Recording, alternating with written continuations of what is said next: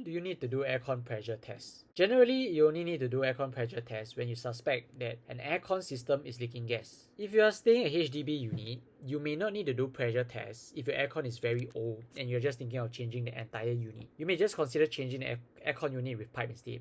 In that way, you don't have to do any pressure tests, and it is a lot more cost efficient to do so. However, if your HDB units have piping concealed within built-in cabinets or false ceilings, and there are no other way to run the piping other than dismantling the structures, you may have to do pressure tests in that case. Because if the problem is not located within the piping, it will save you a lot more money in the long run. However, for non-HDB units, it usually depends on how difficult or how expensive it is to redo the piping.